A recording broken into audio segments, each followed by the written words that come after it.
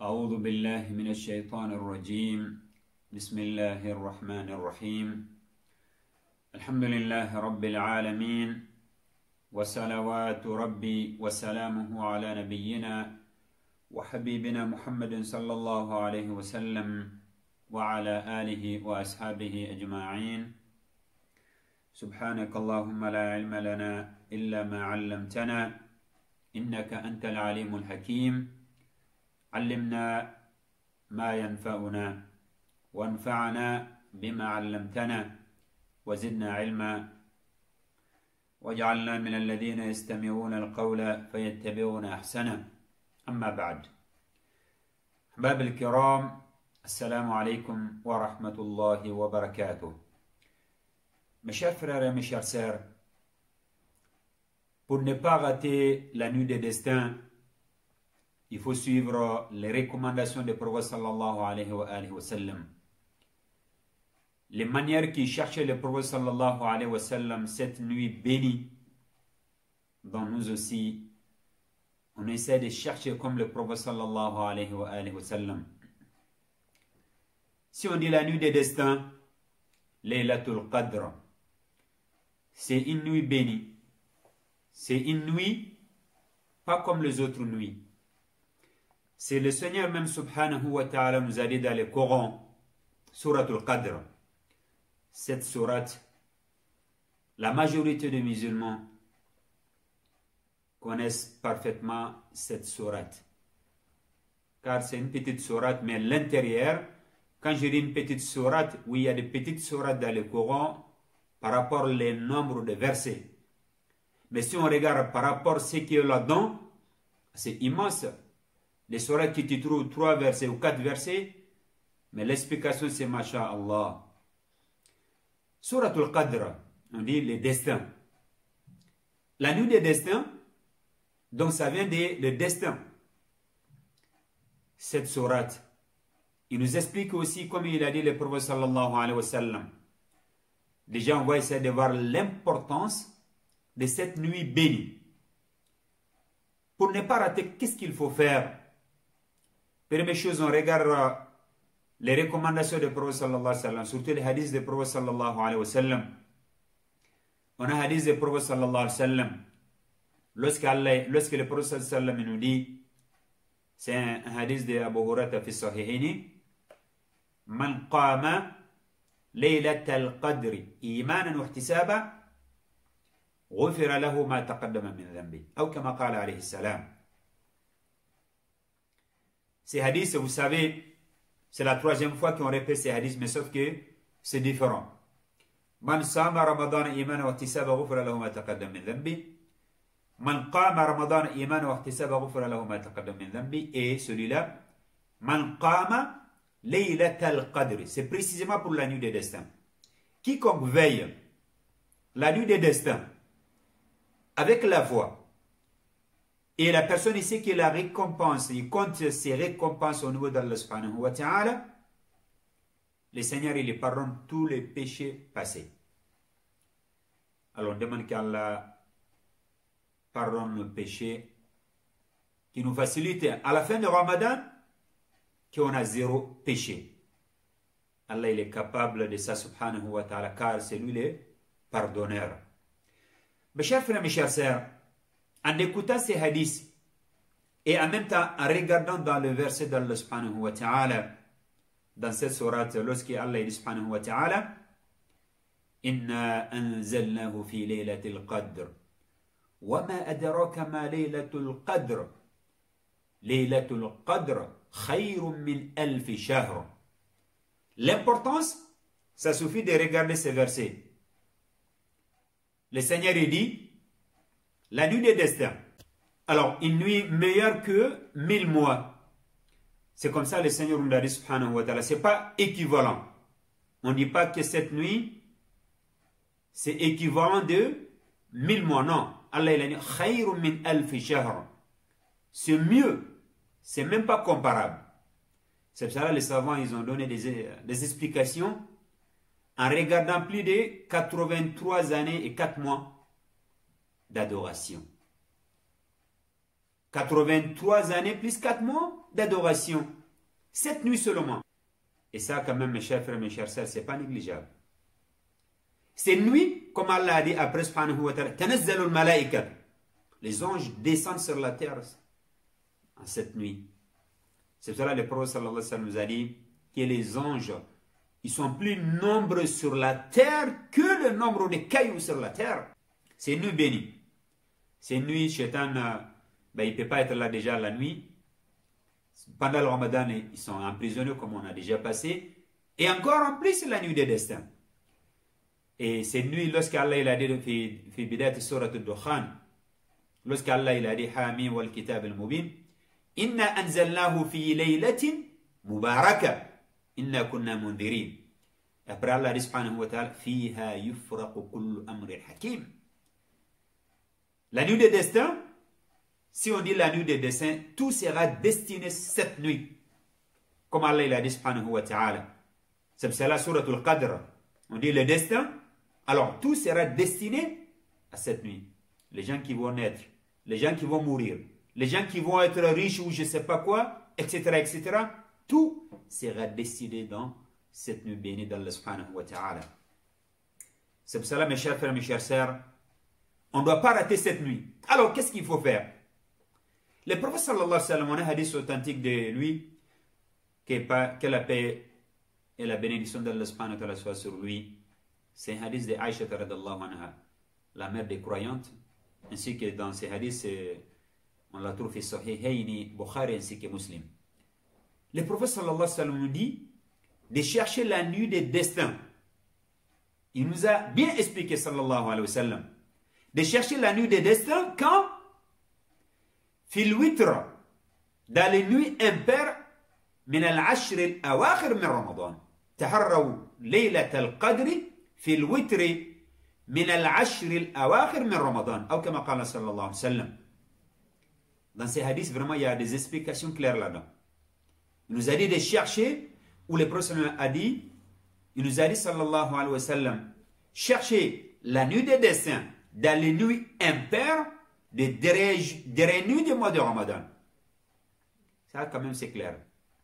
C'est pour ça que c'est important, pendant les 10 dernières nuits de Ramadan, qu'on essaie de faire l'effort, de serrer la ceinture comme il faisait le prophète sallallahu alayhi wa sallam, comme Aïcha radhiyallahu anha nous a expliqué aussi, que si les 10 dernières nuits rentrent seulement, le prophète sallallahu alayhi wa sallam, il faisait plus l'effort qu'il ne faisait pas auparavant. C'est-à-dire au début du Ramadan, l'effort que le messager d'Allah, paix sur lui, faisait pendant les 10 dernières nuits de Ramadan, il ne faisait pas au début du Ramadan. C'est-à-dire qu'il faisait plus à la fin du Ramadan qu'au début du Ramadan. Indalla ala shay, fa innama yadullu ala makanat hadhihi al-layali. Ça montre l'importance de ces nuits bénies d'Allah subhanahu wa ta'ala. Et le prophète sallallahu alayhi wa sallam, Aïcha radhiyallahu anha, son épouse, elle nous a expliqué radhiyallahu anha, qui faisait, le prophète sallallahu alayhi wa sallam, serrer la ceinture, c'est-à-dire qu'il faisait l'effort. Et en même temps, il veillait les nuits, il réveillait aussi sa famille. Ça montre qu'il ne faisait pas tout seul. Vu que c'est une nuit bénie, on ne doit pas profiter nous tout seul, on laisse la famille dehors à côté. Non, il faut qu'on profite tout le monde. Car c'est une nuit des adorations. Lecture du Coran, la prière, les invocations, on fait ce qu'on peut. Des bonnes œuvres. Comme Allah dit subhanahu wa ta'ala, c'est meilleur que 1000 mois. Donc nous, on essaie de profiter le maximum, Inch'Allah, les adorations que nous pouvons. Si on dit les nuits impaires, alors n'oublie pas, la nuit des 21, la nuit des 23, la nuit des 25, ainsi que 27 et à la fin, la nuit des 29. Mais le mieux, mes chers frères, mes chères sœurs, de faire l'effort de début jusqu'à la fin. Les 10 dernières nuits, même s'il y a un hadith qui parle, comme je viens de dire, un hadith de Aïcha radhiyallahu anha, les nuits impaires, oui. Mais si on fait l'effort pendant les 10 dernières nuits, sans doute, Inch'Allah, le Seigneur nous donne subhanahu wa ta'ala. Également, il y a la nuit des 27 aussi, même s'il y a beaucoup de paroles là-dessus, je ne vais pas m'arrêter beaucoup là-dessus. Il ne faut pas qu'on essaie de venir que dans la nuit des 27, même si ça existe dans nos mosquées. Pendant la nuit des 27, souvent, Si tu es en retard seulement, ben, ta place, car tellement il va y avoir beaucoup de monde dans la mosquée. On pensait que la nuit des destins, on pensait que la nuit des destins, c'est la nuit des 27 seulement. Or, non. J'ai bien dit, même s'il y a des paroles dessus, oui.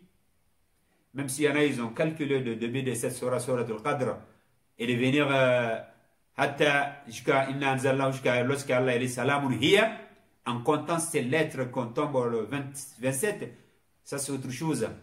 Mais quoi qu'il arrive, si on fait l'effort vraiment de début, les 10 dernières nuits, Inch'Allah, sans doute le Seigneur, il nous donne subhanahu wa ta'ala.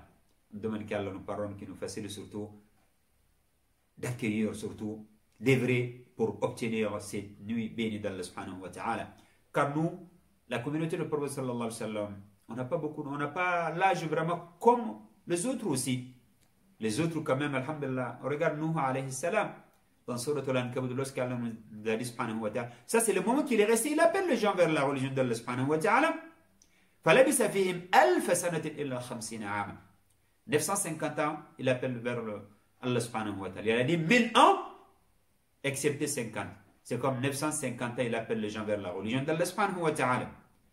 Et nous, si on voit quelqu'un, on dit, ah, il a 100 ans, ah, on dit, ah, 100, c'est beaucoup. Mais avant, quand même, c'est rien. Mais le Seigneur subhanahu wa ta'ala, il a fait en sorte des adorations, il nous a donné quelque chose, surtout là, cette nuit. Si Allah nous donne, subhanahu wa ta'ala, ou Allah accorde, accepte, subhanahu wa ta'ala, c'est encore, masha'Allah, plus que quelqu'un qui a vécu des années, ou des 1000 années, ou plus. Donc c'est pour ça qu'on essaie de faire l'effort, Inch'Allah, de travailler, de chercher cette nuit bénie au niveau d'Allah subhanahu wa ta'ala, en pleine adoration. Fais ce que tu peux. On ne dit pas seulement fais ça, non. Ce que toi tu peux, Inch'Allah, ce que tu peux, essaie de faire ça pour Allah subhanahu wa ta'ala. On n'oublie pas d'informer la famille, d'informer les amis, que tout le monde profite, Inch'Allah, pour ces nuits bénies d'Allah subhanahu wa ta'ala. On ne sait pas. Est-ce que l'année prochaine, on sera en vie? Allahu alam. Alors, vu qu'on est là, alors on essaie de profiter le maximum. Et c'est encore mieux déjà, lorsqu'Allah il a caché subhanahu wa ta'ala. On ne sait pas c'est quelle nuit exactement. C'est pour cela qu'il y a 3 choses, les savants disent, que le Seigneur a caché ces choses ou ces moments pour qu'on donne plus l'effort, on travaille plus aussi. Donc ça fait partie de la nuit des destins, on ne sait pas quand, mais les 10 dernières nuits de Ramadan. Alors on fait l'effort.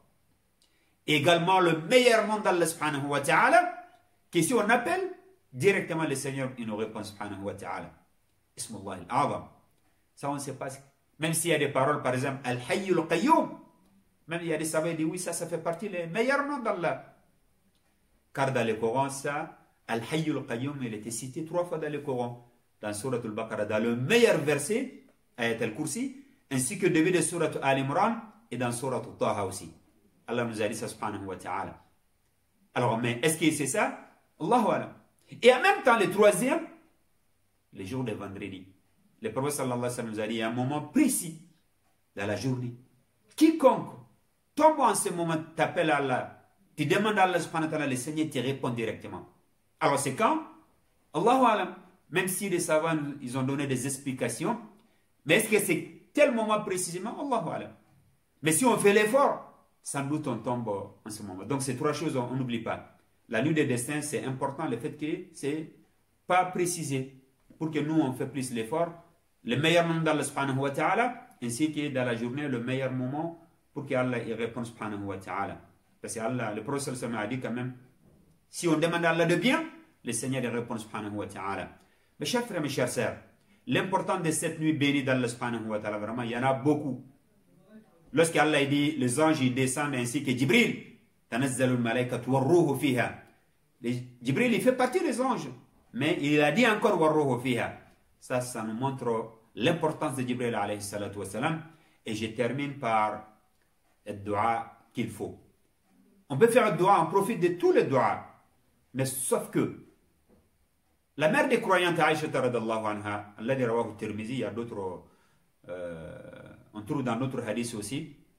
Le prophète sallallahu alayhi wa sallam, elle a demandé le prophète sallallahu alayhi wa sallam, c'est-à-dire, tu vois le prophète, elle a demandé le prophète sallallahu alayhi wa sallam, si je tombe ou si j'arrive à connaître la nuit des destins, quel doigt il faut dire? Alors nous, chacun de nous, on essaie de profiter ce doigt aussi, le doigt que le prophète sallallahu alayhi wa sallam lui a donné, ou a donné subhanahu wa ta'ala à Aïcha radallahu anha. Ça nous concerne tous aussi. Le prophète sallallahu alayhi wa sallam a dit Qouli, Allahumma innaka afoun tuhibbul afwa fa'afu anni. Allahumma innaka afoun tuhibbul afwa fa'afu anni. Donc chacun de nous essaie de profiter en disant cette dua et d'autres duas et surtout d'invoquer beaucoup Allah subhanahu wa ta'ala et de montrer nos soucis à Allah subhanahu wa ta'ala. C'est pour cela dans la nuit on veille la nuit. Alors quand on dit on veille la nuit après Tarawih, c'est à la nuit. Tarawih est dans la nuit, on essaie de profiter en ce moment car le Seigneur le Tout-Puissant est descendu au premier ciel comme le prophète sallallahu alayhi wa sallam nous a expliqué. Ça c'est pas uniquement la nuit de destin, mais sauf que c'est toutes les nuits, Inch'Allah, Allah descend au premier ciel, il demande 3 choses. Alors les 3 choses, qui me demande, je lui donne. Qui me demande pardon, je lui pardonne. Et qui se répand vers moi, j'accepte. Donc ces 3 choses, chacun de nous en a besoin. On demande qu'Allah nous facilite de se repentir vers lui et qu'Allah nous donne beaucoup de khair ici ainsi qu'à yawm al-qiyamah. ربنا آتنا في الدنيا حسنة وفي الآخرة حسنة وقنا عذاب النار. ربنا لا تزغ قلوبنا بعد إذ هديتنا وهب لنا من لدنك رحمة إنك أنت الوهاب. اللهم إنك عفو تحب العفو فاعف عنا.